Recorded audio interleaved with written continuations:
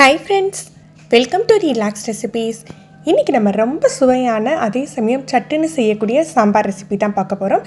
கிள்ளி போட்ட சாம்பார் எப்படி பண்றதுன்னு பார்க்கலாம். 100 கிராம் துவரம்பருப்பு எடுத்துர்க்கேன். இத கழுவிட்டு ஒரு பிரஷர் பேன்ல சேர்த்துக்கலாம்.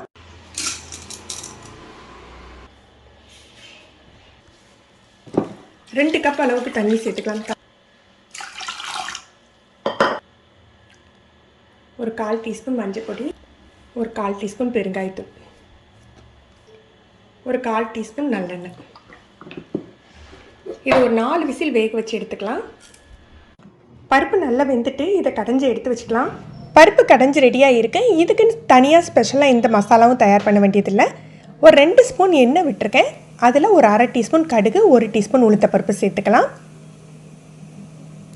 ஒரு கைப்பிடி அளவு கருவேப்பிலை. இந்த கிள்ளி போட்ட சாம்பாருக்கு காரம் பார்த்திங்கன்னா காஞ்ச மிளகாய் தான். அதனால் எவ்வளோ தேவையோ காரத்துக்கு தகுந்தாப்பில் காஞ்ச மிளகாய் சின்ன சின்னதாக கிள்ளி சேர்த்துக்கணும். ஆல்ரெடி நம்ம பருப்பு வேக வைக்கல பெருங்காயத்தூள் சேர்த்துருக்கோம். இப்போ ஒரு 1/4 டீஸ்பூன் சேர்த்துக்கணும். நான் இன்றைக்கி எடுத்துருக்க 100 கிராம் பருப்புக்கு 5 மிளகாய் வத்தல் கிள்ளி சேர்த்துருக்கேன். இது எண்ணெயில் நல்லா பொரியணும். எண்ணெய் கொஞ்சம் 1 ஸ்பூன் எக்ஸ்ட்ராவே விட்டுக்கோங்க. நீங்கள்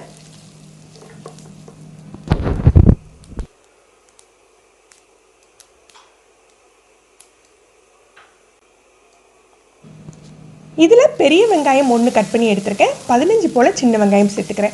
இதில் நம்ம காய்கறிகள்லாம் சேர்க்க போகிறதில்ல. அதனால் அந்த பெரிய வெங்காயத்தை கொஞ்சம் பெரிய பெரிய ஸ்லைஸாக கட் பண்ணி எடுத்துக்கோங்க.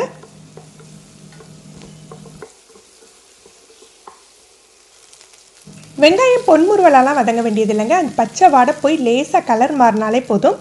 இந்த ஸ்டேஜ் வந்தாக்கில் நம்ம தக்காளி சேர்த்துக்கலாம். நான் 2 தக்காளி கட் பண்ணி சேர்த்துக்கிறேன்.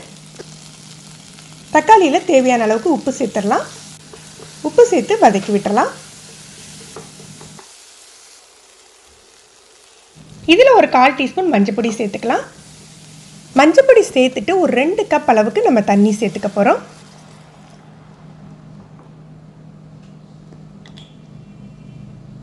இதை குறைஞ்ச தீயில் நல்லா கொதிக்க விட்டுருங்க. நல்லா கொதிக்க தான் அந்த மிளகாய் வத்தலோட காரம் நமக்கு இறங்கும்.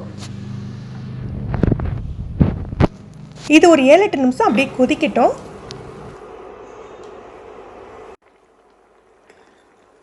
நல்லா 8 நிமிஷம் போல் கொதிச்சிருக்கு. இப்போ நீங்கள் டேஸ்ட் பண்ணி பார்த்தீங்க அப்படின்னா உங்களுக்கு காரம் நல்லா தெரியும்.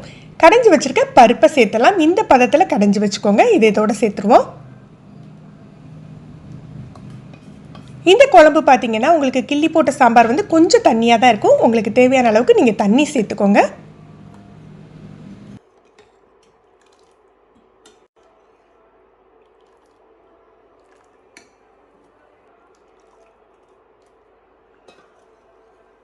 ஒரு எக்ஸ்ட்ரா டேஸ்ட்டுக்காக கொஞ்சமாக புளி தண்ணி சேர்த்துக்க போகிறோம்.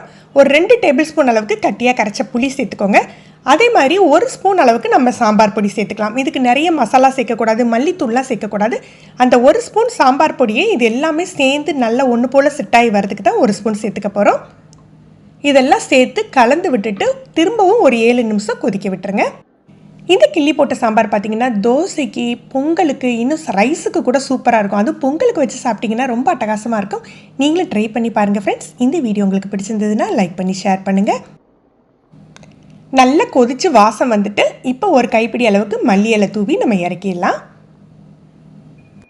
நீங்கள் ஃபஸ்ட் டைம் ரிலாக்ஸ் ரெசிபிஸ் பார்க்குறீங்கன்னா சப்ஸ்கிரைப் பண்ணிக்கோங்க. கீழே இருக்க பெல் பட்டனில் ஆளுங்கிற ஆப்ஷனை நீங்கள் செலக்ட் பண்ணி வச்சுக்கிட்டிங்கன்னா நம்ம சேனலில் வீடியோக்கள் போட்ட உடனே உங்களுக்கு நோட்டிஃபிகேஷன் கிடைக்கும். தேங்க்யூ.